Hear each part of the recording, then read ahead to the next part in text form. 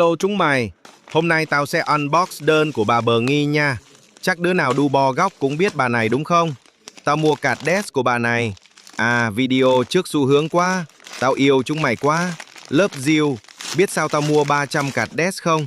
Tại tao cạn kiệt Phoebe rồi. Vít này từ 2025 rồi nha chúng mày. Tao lục dần dần á.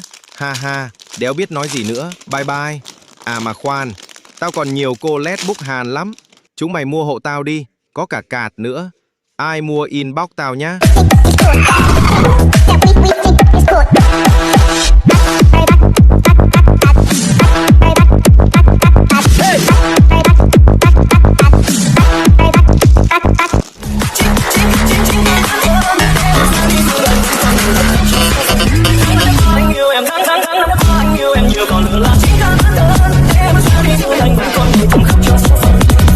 Yêu thương ngày nào giờ chỉ còn lại những kỷ